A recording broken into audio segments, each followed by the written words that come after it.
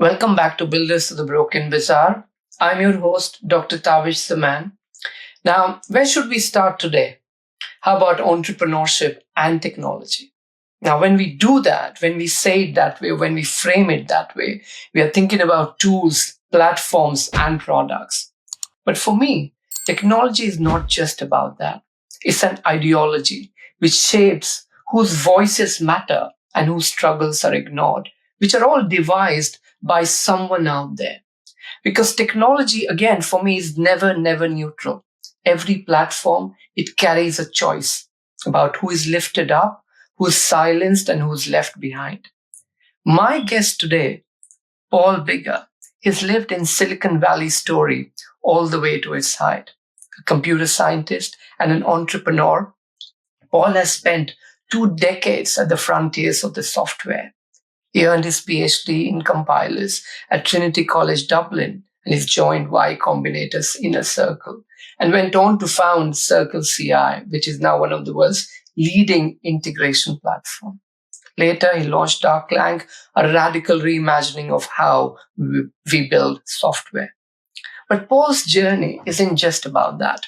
Today, he's a co-founder of Tech for Palestine, a community of technologists who refuse the myth of neutrality, standing up against the apartheid and demanding accountability from their own industry. All in a field where silence has become a default. Paul has chosen voice. His story is not just about building companies, it's about breaking those silences. And at its heart, Paul's path, Paul asks those questions. What all this technology and capital really is for if systems of operation remains unchallenged. And that's what we'll explore today. Paul, welcome to Builders of the Broken Bazaar. Oh, thank you so much for having me. What a lovely intro. Thank you. Now, before we dive into your journey, and I'm sure we've got a lot to uncover and unpack here, I think it's very important to pause on something really important, which is close to both our hearts. Palestine, which is not just a place of conflict, I believe. It has become a mirror of our times. We are talking about brutality, displacement. It has all forced us to confront things which we often avoid. So again, talking about technology, who it really serves, and can innovation without justice ever truly be called innovation? So in many ways, I believe Palestine is transforming the way technologies and entrepreneurs are taking the field. It's exposing the cracks in the industry. Again, we are challenging the notion that politics can be divorced from it. And voices like yours are reminding us that technology cannot stay on the sidelines, especially when human rights are at stake. So let me ask you this. Do you see Palestine becoming that turning point, a moment that forces the tech world to confront neutrality and recognize that the work is not inseparable from justice and power? I think so. I think when I look at what's happening in Silicon Valley, there's, all across America and all across the world, there's this right wing push, right? There's people who are, going to extremes to, in America to destroy the government, right? To rip apart how the government runs. A lot of those came from Silicon Valley. There's this sort of far right, anti-migrant, anti-trans, very, very divisive, and the world is getting much more divided than it was 10 or 15 years ago. And tech is a big push, and a lot of the tech leaders are on the what I would say on the wrong side of that. They're being part of the problem, and it's interesting because when you look at the younger entrepreneurs, the people who are getting into technology for the first time, they often look up to these leaders. And you can tell the difference now between the people who are getting into technology for the right reasons and the wrong reasons. Because technologists and entrepreneurs and founders, everyone used to say, we're making the world a better place. And there's this concept that you're seeing that there's something wrong with the world. I mean, even if it's office productivity, or email tools are hard to use, but you're trying to improve things. You're trying to make things better. And presumably for a lot of people, you're trying to make things, you're trying to leave the world a better place than you came in. And it's clear that those founders still exist, those entrepreneurs still exist, and they're starting to see that their peers are not like that. Some of their peers are here for the money, or here for to be part of this Silicon Valley thing, or they're just sort of followers in these sort of bootlickers in a sense. And I think that what we're seeing is that it's driving a wedge in the same way that a wedge has been driven across a lot of society. The wedge between the people who are here for the money and the bootlicking, and the people who are here to actually improve the state of the world and leave a positive mark on the world. There was no side before this, right? In terms of how the tech world was going. Like you said, we all wanted technology to make the world a better place. And I know we don't have a crystal ball in front of us, but where do you see this going in terms of how technology and politics have literally, joined hands and taken the world in their own direction? So I think actually the seeds of this have been coming for quite some time. In the same way that the division in our politics didn't arrive today or recently, or even in Trump 1. That was something that was starting to be built 10, 20, in some cases 50, 60 years earlier. So there were warning signs all along the way. In particular, people from marginalized communities in tech, Black and brown people, organizers for women's rights and that sort of thing, made significant claims, and now proven correct, prescient warnings about how the world is going and where it's going. People warned about consolidating power. People warned about social media. People warned so many times about social media, and it ended up even worse than they expected. People warned about privacy, about surveillance, and all of these things are now being pitted against the ordinary person. I read yesterday that Ura, which is a period tracker, now partnered with Palantir, which is a surveillance technology company. And it's just absurd. And when you look back 10 years ago, when companies like Ura were coming out and people were saying, do not give this data to a company, they are going to do something bad with it. And surprise, it happened. So I think these things have been, I think a lot of us, and I include myself in this, we're naive about the potential of technology for harm, and in particular for consolidating power into the hands of people who genuinely really suck. But then you're the voice of it, Paul, in terms of how you've reshaped your trajectory, in terms of where you are taking the tech world, where you've described yourself as a builder and a generalist. Of course, you grew up in Ireland, you studied computer science, and then spent so much time digging the deep mechanics of compilers. So looking back at it, what got you into programming in the first place? Was it about the challenge? Was it about the curiosity? Or was it something altogether different? It was video games. Okay. Nice and sweet. So many people got into computer science for video games. I remember when I was going to college, or before I went to college, you went to all the different presentations by the universities about their courses, and I went to the computer science one in Trinity, which is where I ended up going. And a professor said, don't do this course if you like your Nintendo, and that was exactly why I did the course. I had gotten into computer games quite a lot when I was, like 12, 13, 14. And PC games at the time were very difficult to not to play, but to set up your PC. You needed to, take apart your PC, you'd buy a graphics card, you'd install it, into the thing. You'd have to upgrade your RAM. So, you were doing like, sort of like a mechanic, or, people who did, who upgraded their 60s cars. This is what I was doing as a 14, 15-year-old. And that just really got me into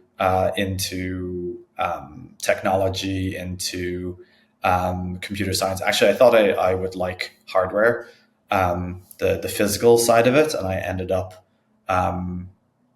when I got to college, I discovered that software is just fantastic. It's just sort of puzzles all the time. It's really, programming is just a really enjoyable activity. And I found I would just spend hours and hours programming. And there's lots of other people in the course as well who you're kind of not the people who ended up with the best scores, but the people who end up with the best, being with the deepest understanding were the people who just spent their lives programming. So it must be very exciting looking back. I mean, this should have been an exciting moment in terms of where we are with technology.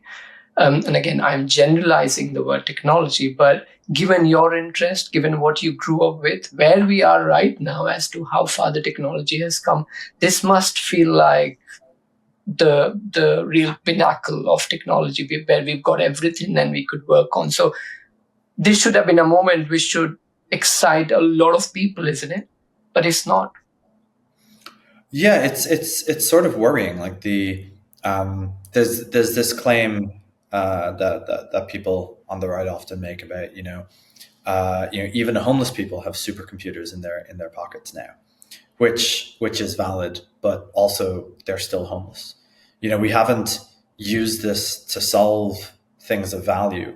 The main thing that I see now, actually, I think that technology has destroyed a lot of people, and I'm not just talking about what's happening in Gaza. When you look at people's attention spans, children don't have any attention spans. I struggle with this myself, and I'm sure that we all do, from addictions to social media, and so that they very much technology was built for money, right? We can't pretend that it wasn't built along this sort of like extreme capitalism that we're seeing now. I'm not against capitalism as a general concept. I see that competition and that sort of thing are valuable tools for improving society, but like that's not what we have. We have this weird, I call it extractive capitalism. That's my favorite term for it. And I mean, I look at Meta as being one of the worst companies in this area. Where they hire psychologists to figure out how to make their products more addictive. There's some point that someone at Meta should have said, perhaps this is evil. Perhaps we shouldn't do this evil thing. And you can see this kind of across society. I mean, social media is I think one of the most pervasive ways that we have been damaged by this. But you can look at Uber. I think is another good example of something that has sort of destroyed a common good. There's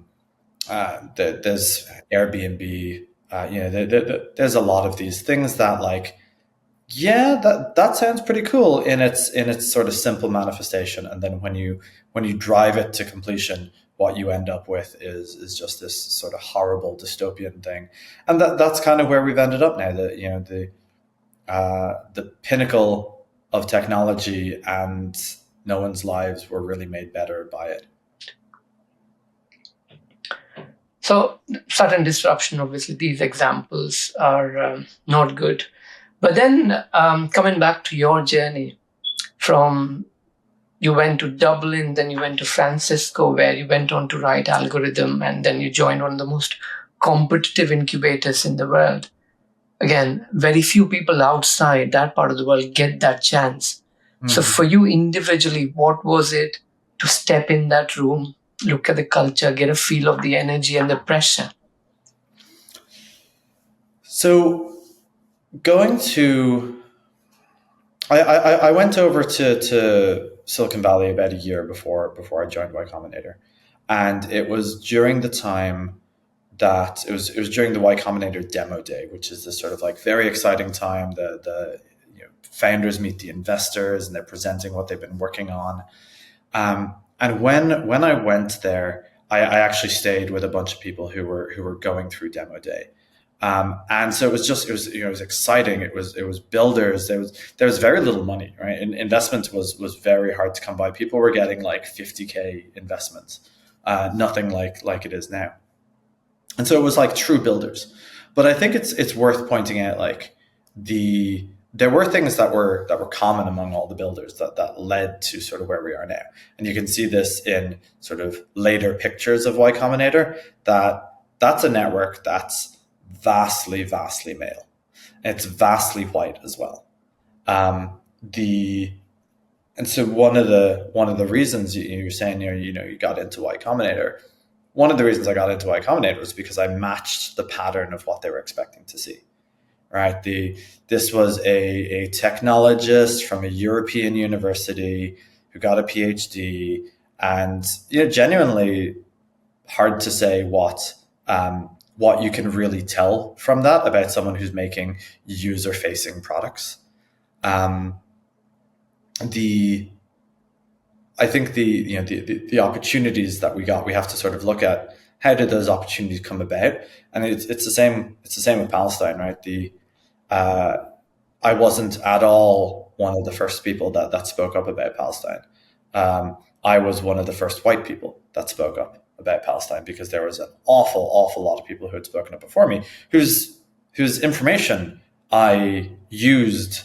I learned from them, and then it turned out that my thing ended up being going this sort of super viral in a way that like I didn't really expect. But it's not all this stuff is earned. Now, can we just circle back a bit in terms of when I mentioned about the competitive nature of that incubator, and again you fit that pattern. So can we sort of, for the audience especially, can we unravel or unpack the gatekeeping approach? And that's not the only play. There's so many places out there which people from low and middle income countries, they confront in terms of how strong that gatekeeping is, despite you fitting that profile, despite you having those credentials. But then you are said that no, and again, that has become more blatant over a sort of decade, or you can say that over a few years as well. That's been going on for a very long time, and that defines in the end who you are or who you become. Yeah, I mean, I think if we look at the origins of Y Combinator, so Y Combinator is the biggest incubator, the most important incubator in Silicon Valley. Right? Silicon Valley is the way that it is today, in part because of Y Combinator. We look at the people that they taught to join Y Combinator. At the start, it was just a collection of people, but it was a collection of people based around MIT. There's a collection of people based around, Paul Graham's writings. Paul Graham was the founder of it. So it's people who are already on the internet, already taking part in sort of the advances of technology. And that kind of makes sense if you're looking at it from these are the people who understand technology. But there's never really any attempt to expand that, right? It's the people who are already ahead continue getting ahead. The gatekeeping is very real. There's a limited amount of capital. There's a limited amount of companies. There's not a lot of attempts to say we are going to take these people who are not yet at this level and raise them to that level. There's a lot of focus on engineers and the sort of like already privileged, the people who graduated from elite universities with engineering degrees. And taking those folks and sort of like polishing them so that they can raise money. And you called it gatekeeping. I think in a sense it's kingmaking. And I think that a lot of founders buy into this as well. And we had this example recently. There's a company called Mubi, which is a streaming platform for sort of indie movies. And they've been going since 2007. So they're 17 years old, and they just took money from Sequoia Capital, which is one of the worst, sort of like most evil venture capital companies. And They've been going for 17 years. He built the company himself. Why did he take money from Sequoia? Well, because Sequoia is a tier one venture capital company, right? It proves we made it if we take Sequoia's money. And you hear people talking about like Andreessen's money, the same. And these are pretty evil folks, right? It's relatively well known in the industry that they are evil folks, because people who've been watching it see the kind of like misogynist or Zionist or whatever things that they say, anti-worker, pro-billionaire, pro-Trump in some cases, that sort of thing. That information is there, but still there's this idea that, when you take Sequoia's money, you're Sequoia back now, right? You're made it. You're the king. People are going to write about you more. Sequoia are going to start to share your details and your story, and with you're going to be in press and that sort of thing. So these ideas sort of like run hand in hand, and people aren't there going like, a little bit of capital is going to help me accelerate this thing, which is going to make it's going to improve the world in some way. It's very much like it's a status game. People are very much trying to get ahead, and they're trying to, they bring to a certain extent their communities with them. There's people who went to the same frat as you, people who went to the same church as you, people who are from your town, your country. And I mean, I'm guilty of this too. I had a lot of time for Irish founders who came over to Y Combinator, because, kind of understand them culturally and that sort of thing. But, I realized when I got towards the end of the industry that, I started doing things like angel investments. I didn't want to, invest in the privileged people that had found their way there through their privilege. I wanted to invest in the people who had overcome that sort of who'd overcome a bunch of problems, who'd overcome a lot of challenges in their lives, to get a seat at the same table. Those were the folks who have done so much more than, frankly speaking, someone like me who sort of a little bit stumbled their way into Silicon Valley and got quite lucky to end up here.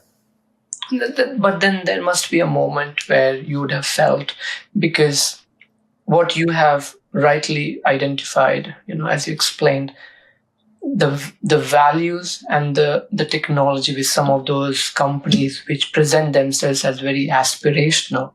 Now, for you, was there a moment somewhere when you were working down there to say, or was it an ongoing process which shaped your thought as you went ahead, as you went on in your journey?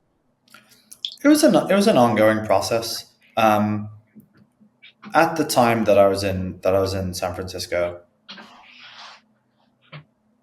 it's a very, high drama kind of place.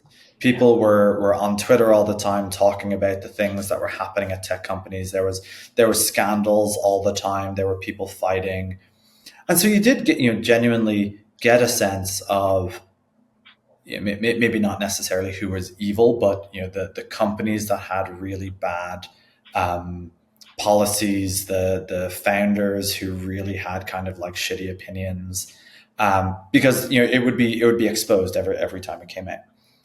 And like these stories were, you'd see them everywhere, and people don't hear about them now because these are big companies now. They hear about the quarterly profits and that sort of thing. But when you're deep in it, those stories are everywhere, and there's very few people who are leading Silicon Valley now who came out cleanly from that era. This is the pathway, or this is the model which seems to be common across, obviously, who've risen to the power that way. But then again, they're so far away from the actual values of the society, and then they go on to decide the fate of so many others who actually go on to use those technology. But, I'm so grateful to have you where you are charting your own journey, and you've decided to speak out, not just in terms of the West, but in terms of your work and what you do, which then brings us to CircleCI, which is now used by so many developers across the globe.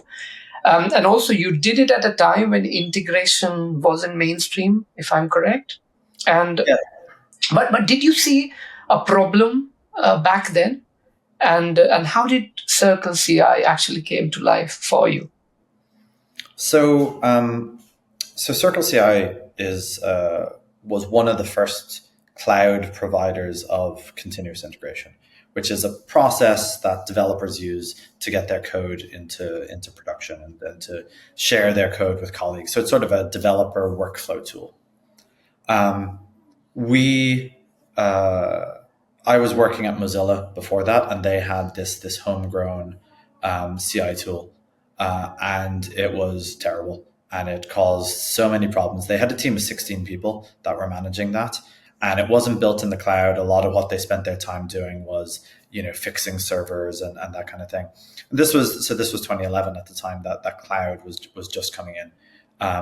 You Cloud provided the opportunities to like scale a lot more, which means that there no longer had to be a queue for people's for the thing that the tool did, which was running tests and that kind of thing.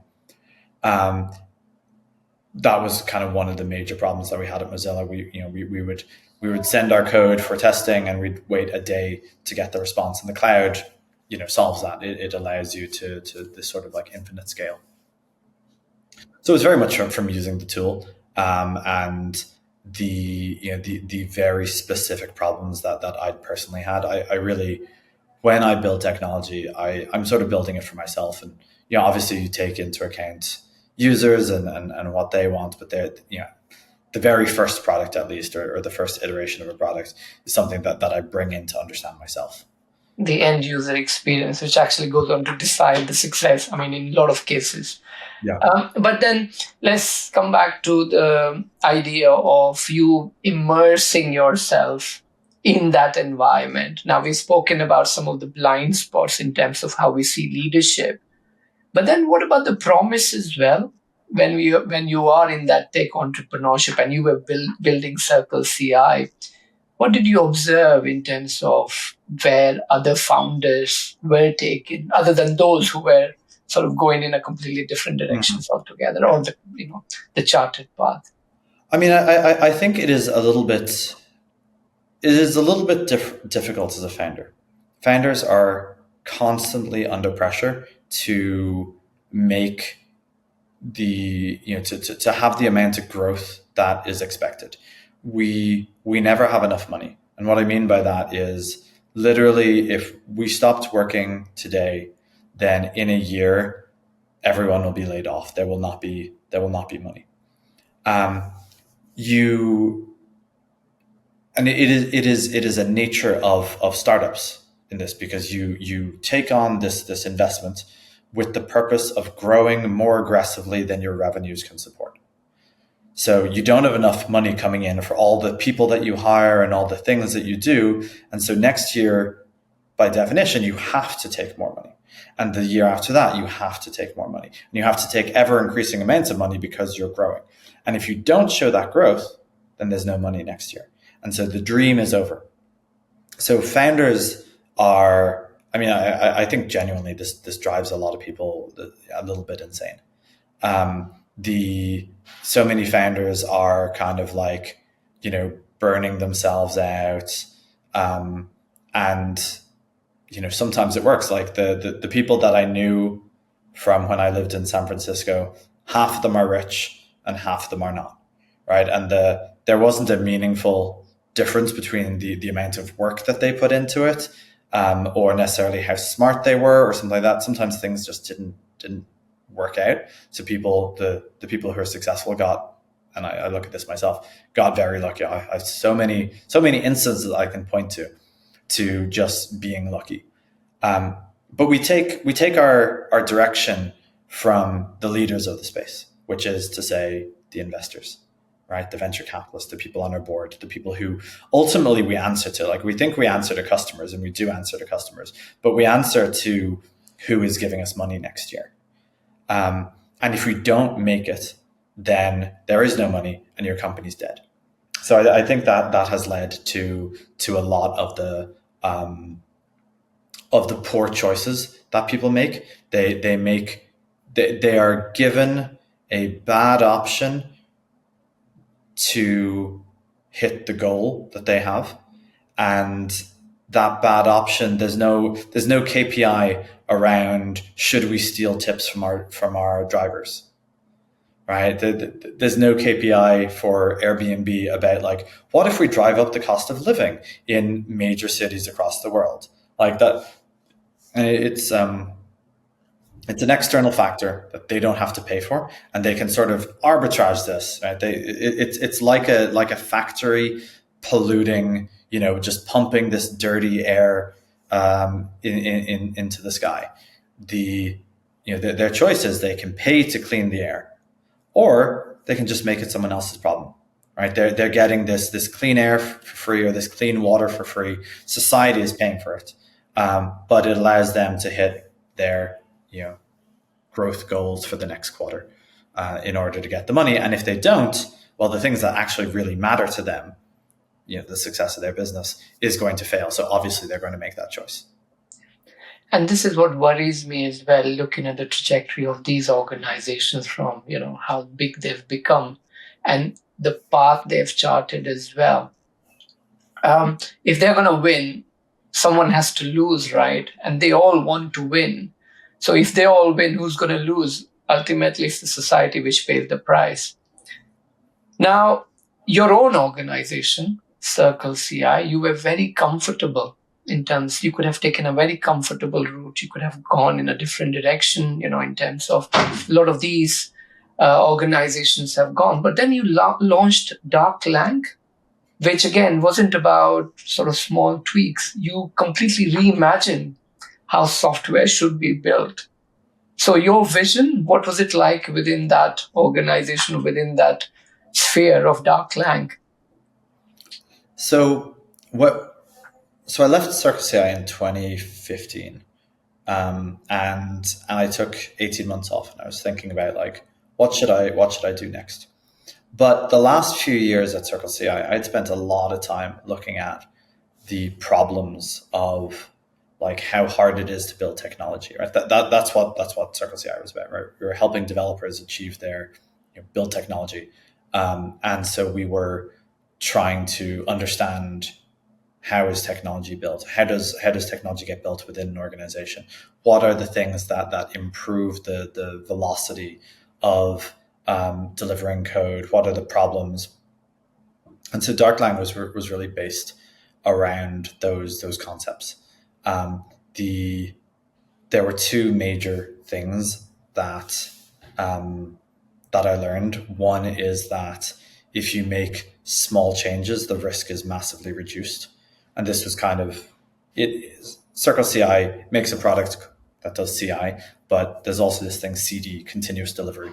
So the concept is that you constantly make small changes to production, and therefore you don't just like, the way software was released like 15, 20 years ago was there would be a new version every year. You'd buy Windows 95 and then you'd buy Windows 98 3 years later, and you'd this massive change. And the cloud allowed people to do that differently. And now there are small changes. Every now and then you might notice it, but a lot of changes happening behind the scenes. And it keeps a continuous flow for users and makes things less risky for developers. And that's really one of the sort of silver bullets in software development. And the other silver bullet that we've seen is what's called immutability.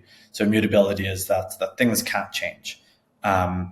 Once you have stuff out there, it is impossible to change it. And so you build software in a different way, where instead of changing something which has unknown consequences, you build a new version of the thing that maybe is almost exactly the same, and then you transition people over to it. And this is more internal. It's internal. So, instead of, if you're going to change the running software that someone has on their computer, that's difficult. But if you build a slightly different version of it and then wait until a good time for them, maybe when they're not using the software or something like that, and then you transition them over to it behind the scenes, it's just a lot more predictable. Everyone follows the same path. And so these were the two sort of fundamental units of DarkLang. And what we're trying to do fundamentally is if we know that these are the ways that people can produce software much more efficiently, much better. How can we design a software development process around that from scratch? So internally, you did manage to achieve that, solving the technical bottleneck through DarkLang. But at the same time, if you look externally, there was things happening outside the industry as such. I think that's where the noise around inequality, injustice, a lot of things would happen in Europe, as you're aware of, within the United Kingdom, obviously Trump.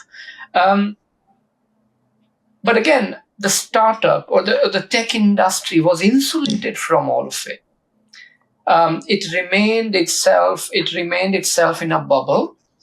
But how were you seeing things when you were doing, again, when you were in that journey of DarkLang? I don't think it was in a bubble at all. I think the relationship between technology was and what was happening in the world around us was really clear. So, for example, Facebook had this Cambridge Analytica scandal, which was a key part of Trump 1's win. The micro targeting, as perfected by Google, and I think used largely at Facebook, was able to create a lot of the disinformation and misinformation that was that led to Brexit.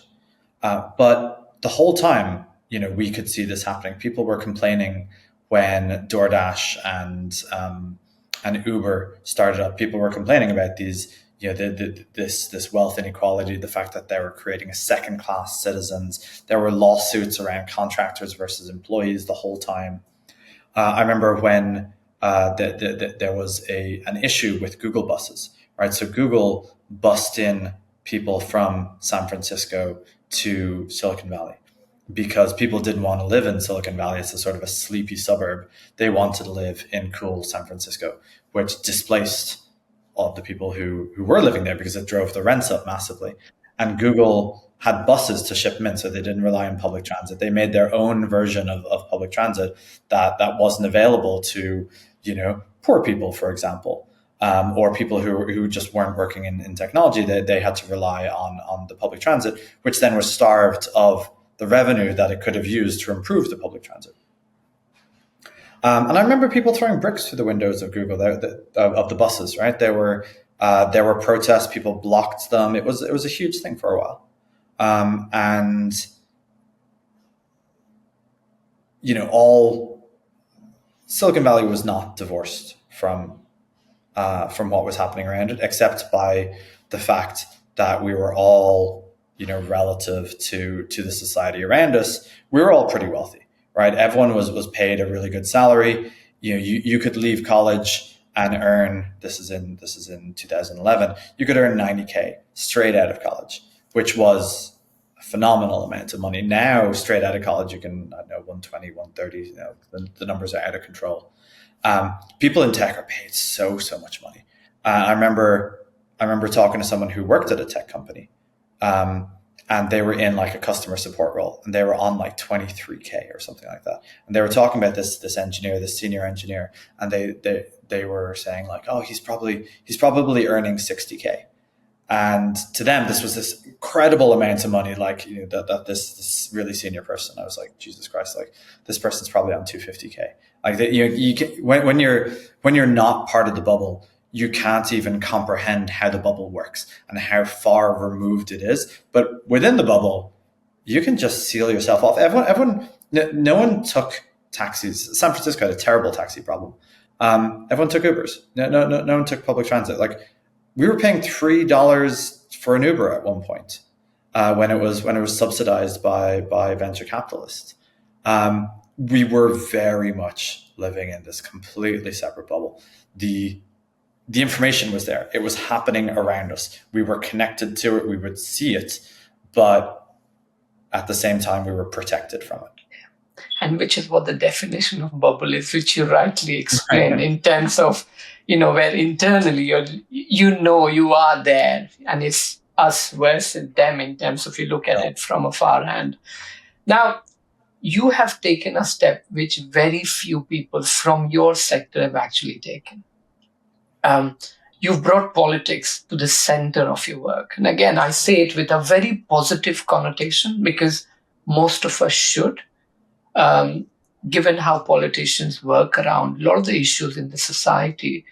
It has given a negative element to the whole politicization. And we've seen that in terms of Palestine as well. But with Tech for Palestine, what you do and what you're asking of your colleagues in the industry, you're asking of complicity, isn't it? You're asking to face that complicity. So I'm very much, and again, my audience would love to hear how this initiative began, and what sparked it, that moment or that process or that conversation. So around the time that Israel started its genocide, so let's say mid-late October 2023, right, when it was clear to those of us who were paying attention what was happening, this sent me into a deep depression. And in particular, the thing that I realized is that a lot of the people that I knew in my life from tech, people that I knew personally who went to dinner with, that invested in my companies, that kind of thing, they were actually cheering it on, right? They were supportive of it. They were supportive of Israel's actions. In many cases, they were taking part in propaganda. Like I could see, 4 or 5 people that I knew started sharing the same message at the same time. And I was like, oh, that's propaganda, and it's dehumanizing propaganda, right? It's propaganda with the purpose of enabling a people to be genocided. So that affected me.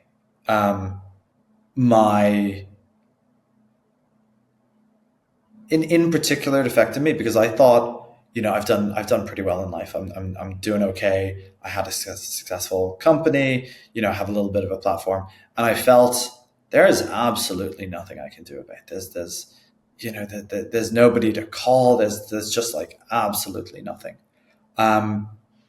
And it felt like the problem was so big and so intractable. And so I just thought, and I spent quite some time thinking, like, what is a thing I could actually do here? I came to the conclusion I can write. Right, that's something I'm pretty good at. I have a little bit of a platform, and I have a very high risk tolerance. And so that sort of combined to be like, okay, I'm going to write something about this. And I genuinely thought that writing about it was dumb. Like I felt, and I mentioned this in the blog post that I eventually wrote, I felt so stupid writing it. I was just like, this, like, it's so small, right? We're dealing with like, a Holocaust level thing, and I'm writing a blog post and I just felt like a fucking idiot. But it was the most that I could do. It was the only thing that I could really think about. I spent a lot of time like trying to figure out what message could resonate or could work. I realized that like no one wants my history of the Nakba that I learned about 2 weeks ago. But I realized that just the message of sort of like the helplessness of seeing this thing and seeing people who are complicit in it. I felt that could resonate, and so that became the start of Tech for Palestine. I wrote a blog post and it went viral, and people reached out to me afterwards, and that became a community, which eventually, through sort of standard startup iteration and learning and testing things, that grew to what Tech for Palestine is today. I mean, the small action which created that momentum for you, isn't it, in terms of where you are with Tech for Palestine, which is absolutely fabulous. Now, we have individuals like ourselves, and especially you, in terms of how prominent you are taking that position within the tech world. But then for a long period, especially last 23 months, we are seeing you could literally divide people into groups. But within the tech industry, there are still so many who claim to be very, very neutral, especially to the apartheid position. What would it take to get them out of their slumber and say what is happening here? Of course, no amount of evidence is enough, but still. There's not a slumber. Let's say 15-20% of the tech industry is Zionist and is very deliberately on Team Israel. And maybe 5-10% of the industry is anti-Zionist, and so has stood up. So that leaves 70%, 75%. Those people are not in a slumber at all, right? Like, this has been the number one news item, or the number one thing that's been happening in the world. It has cropped up in so many different areas, whether it's protests, student encampments, the election, right? The election was largely decided by people who were anti-genocide. It has just been everywhere, and so the idea of like, oh yeah, no, I don't know what's going on there. Of course, they know what's going on. And this is especially in Silicon Valley, right? This is or the tech world. This is people who spend a lot of time staying up to date on what's happening in technology and staying up to date on what's happening on the world, because the two are intertwined. So they did not miss that this was happening. So why aren't they speaking up? And it's a cultural fear. It's a culture of fear.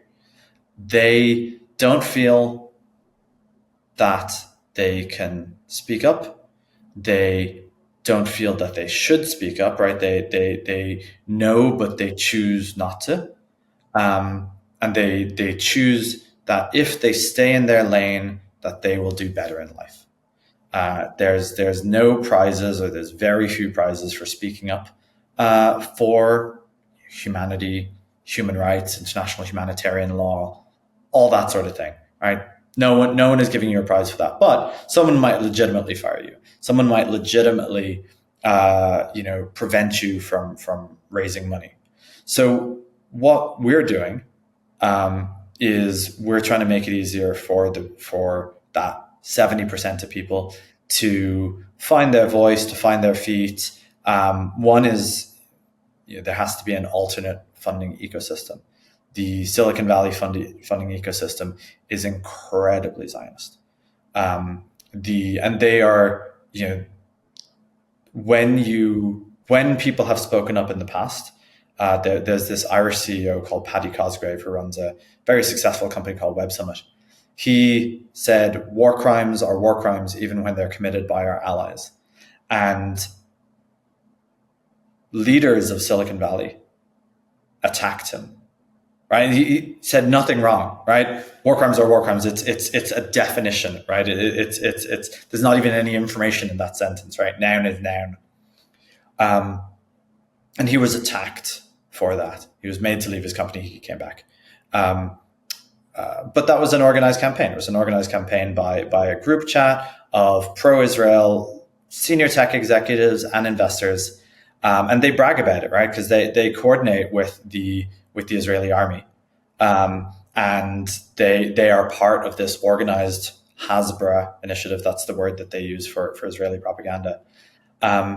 So the reason that people aren't able to speak up is because Israel has this influence in Silicon Valley, like it has in politics, like it has in media.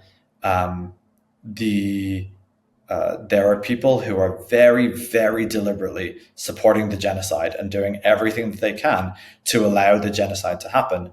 And the people in the middle are like, well, it's not happening to me, so feels a bit scary. I'll just keep making my company. And on the one hand, you can understand them. On the other hand, this is the Holocaust of our day. And I think a lot of people in Silicon Valley, a lot of people in America, right? They think of themselves as heroes, right? There's this hero concept. And what they want to do is they want to pick up a gun and they want to solve the problem. But they won't do basics to protect or to stand up for something, right? They won't even send a tweet, right? They're never going to pick up a gun. But they think of themselves in that way. I mean, that's what leaders are showing it to them, at least in America, what we are seeing. But your company, Tech for Palestine, is doing such wonderful work. And I will round this off in terms of your advocacy, your policy, the community you look up to. And what does it hope to achieve? What's the end game for Tech for Palestine? So Tech for Palestine largely works as an incubator. And what that is, sort of like Y Combinator that we talked about before, we help leaders who step up and want to do something. We help them achieve that something. So we give them strategic advice, connections to volunteers, connections to the ecosystem. We give them some funding. And we help them advocate for Palestine, and more specifically, create initiatives to advocate for Palestine. So what typically happens is that someone will come to us with some idea, right? I want to do something around Israel bonds. And we're like, okay, what are you trying to do? And we'll work with them, we'll talk to them, and we'll get them to figure out the space and talk to their customers and all that sort of thing, and get themselves to a place where they can actually find value and make a difference in the ecosystem.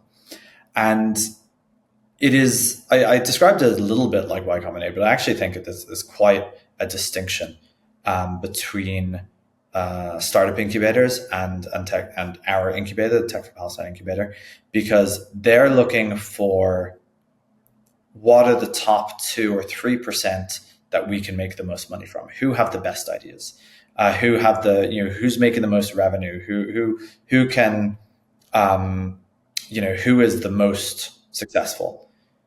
In a lot of cases, we actually turn away people who are doing a great job, because we feel that the place that we can be most helpful is picking the people where there's something interesting and good here, but the rest of the package doesn't make sense.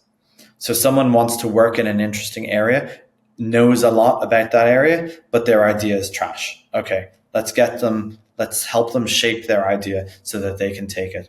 Someone who's built a product that's really good, but hasn't talked to users. All right, well, clearly they're doing it wrong, but they have this ability to build products quite effectively. So let's shape how they actually build products and help them build them in a way that is much more effective and that actually solves user problem and problems across the ecosystem.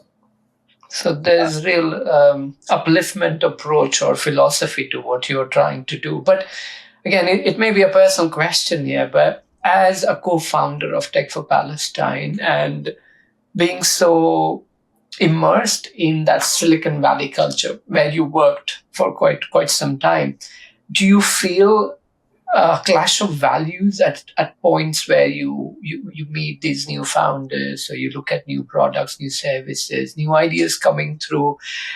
Is there a temptation to bring in those playbooks which are used typically elsewhere? And if not, how do you overcome that?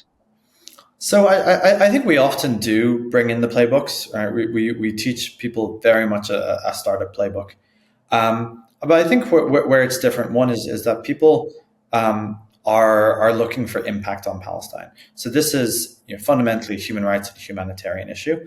But these also are people that have very strong values. They want to work on things they believe in, but they also don't believe in throwing people under the bus, right? So they're not going to build something for Palestine at the expense of another marginalized community. So we haven't really had that issue come up very much. There are, it is a bit of a big tent. There's a lot of people who have differences in opinions on the ground. There's things like one state solution versus two state solution. No one even talks about these, right? It's all about how can we advocate for Palestine? How can we let people know what's going on? And the rest of it is almost a little bit beyond our pay grade, right? We don't know how to make political change in companies or in countries. That's not what we work on. We work on making sure that 70% of the world, 80% of the world that doesn't know what's happening, doesn't have the positioning right, or knows and is unable to get involved for some reason. We want to enable that change, and that change leads to the follow-up change around the world. And I think you've got that human element front and central to what you're doing. So although it says Tech for Palestine, but then there are so many elements which you capture through your work, which you've rightly defined as well. Now, if you could, again, in your position, and you've got a very strong platform with your own experience and background, so everyone who's listening to this, irrespective of the discipline they come from, whether they're the founders within the tech world or outside students, entrepreneurs in other sectors as well, what would be your suggestion to them? How can they really stand in with what's happening not just in Palestine alone. There's so many parts of the world where we are seeing a similar playbook, again, similar model being applied, without sort of feeling paralyzed by what they see on the television, on social media, and what the rhetoric comes out from their own immediate leaders. So I saw this video recently. A psychologist who studied the mindset of people, how happy they were, and she discovered that people who stick their head in the sand are like pretty happy. People who, and she identified, sort of right wing versus left wing, but I think it's sort of not really relevant. But the people who read about the world and who learn about the world tend to be unhappy because there's a lot of shitty things going on in the world. But the people who are happiest of all were the people who were doing something about it. And I think for the people who feel this paralysis, for the people who feel this understanding, right, what can I do about it? And the only mechanisms that they have are sort of like social media, right? They retweet or they share might be the furthest that they go. But actually, anywhere you look for any issue, there are people who are working on that. And there's a nonprofit, there's a collection of people, there's some activists who are doing something about it. They're protesting or they're building something or whatever. So whenever you read something bad about the world, you are one Google search away from finding the people who are fighting back against that. And it is actually straightforward. A lot of those folks make it very easy to get involved. There's meetups, there's online events, there's webinars, there's contact us forms. So it is actually extremely easy to get involved in the movement, in any movement that you want to get involved in. But you have to have that intent to do that and recognize what's going on around you, isn't it? I think there's just a step forward, right? There's people recognize they recognize there's something awful going on. They feel powerless. I think the only change I would say is like you are not actually powerless, and you're actually really close to being able to do something about that by joining with the people who are already working on that issue. I think the question which often confronts them is how they integrate that within their daily routine. So if you're a student, if you are, if you work in for the local council or you work in for a small organization, small business here in the local economy, how do you really intertwine that aspect into your day-to-day life? I mean, for most people, volunteering is a hobby, right? It is the thing that they do outside work. It's their third place. And it's like racquetball, right? If you play racquetball in the evenings, right, you're going down to your club, you play 2 days a week, you go for drinks with the guys after, that sort of thing. This is your racquetball. You go to the meetup, you go to the protest, you hang out with people afterwards, you get dinner, you talk about the things. It becomes your social network, your hobby, your friends, like any other activity. Well said that. I leave you with a couple of quick fire questions, your views on it, and then we'll close the session. My first very quick round, quick fire question is, would you be okay recommending a book or a piece of writing which every entrepreneur within the technology sector or the tech world should read about? I think I have some, but I'm blanking. Come back to me. Okay. And your final take on the actual definition of technology in the future, especially in relation to the justice. And I mean justice in every sense. What would that be? How could you define technology? What should be the shape of technology in the coming future? I think the main thing is I would say it has to be people first. I think fundamentally the reason that so much technology has come out of America is because they allow this extractive capitalism in America that often isn't allowed in other parts of the world. There are places with regulations and rules. In America, there's no laws, nothing really. We look at everything that's changed in Silicon Valley the last 15, 20 years. No one has ever made a law against it. It has just been free for all. And we have to understand that that the natural tendencies of technologies and technologists is to exploit every loophole. You are going to make more money if the quarterly returns demands it, and you are going to be competing against someone else who has the same lack of constraints as you. So you're going to take every opportunity, and I think that the main thing is that we need to rein this in. We need to say, and this is not just from laws, but it's top to bottom. We need founders to say that there are things we will not do. We need investors to say, we're not just here for the money. We have values, we have ethics, we have things that value. We need workers to say, we're only going to work at companies that have these values, that's speak for them. And these companies actually have these values. So like Microsoft, for example, which is one of the most involved companies in Israel's genocide, has values that they publish that they are violating, and that they have been secretly violating for years, because they have rules about what they can do around human rights, and they are very deliberately helping Israel commit a genocide. And a lot of people will claim, it's not a genocide, right? Then apartheid, occupation, all these crimes against humanity that are against the rules, Microsoft is helping them. So I don't think it's sufficient to simply have these rules, but they need to have a real mechanism where they're enforced internally. The implementation is very important, and again, we need to call it out as much as possible. And finally, I leave you with a question. Other than your Tech for Palestine, is there any other initiative which you'd give a shout out to, which is actually doing some great work? Yes, I would give a shout out to Hamle. So that's, we'll have to link it in the show notes. It's 7 a.m. LEH. Hamle is a Palestinian digital rights group that does incredible work in producing reports about how digital rights of Palestinians are limited largely by big tech companies. They recently put out a report about how Meta suppresses Palestinian content, which we've known about some time. It isn't even their first report on that. But great organization, does amazing work. Thank you so much. Thanks for that, Paul. That brings us to the end of this session and end of the podcast.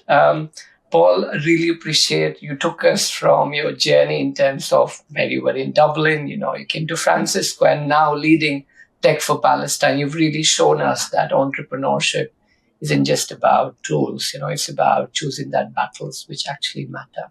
And again, your lack of neutrality, which is a virtue, I would say, in this tech world, and you've chosen a very bold code, if I may say so, which you can write and which no one should refuse in terms of staying silent. And to all my audience, thank you so much. Thank you for listening and thank you for being with us. If this conversation at all resonated with you, please share it. Take a moment to follow Paul's work for Tech for Palestine. And until next time, keep listening, keep questioning, and keep building in the Broken Bazaar.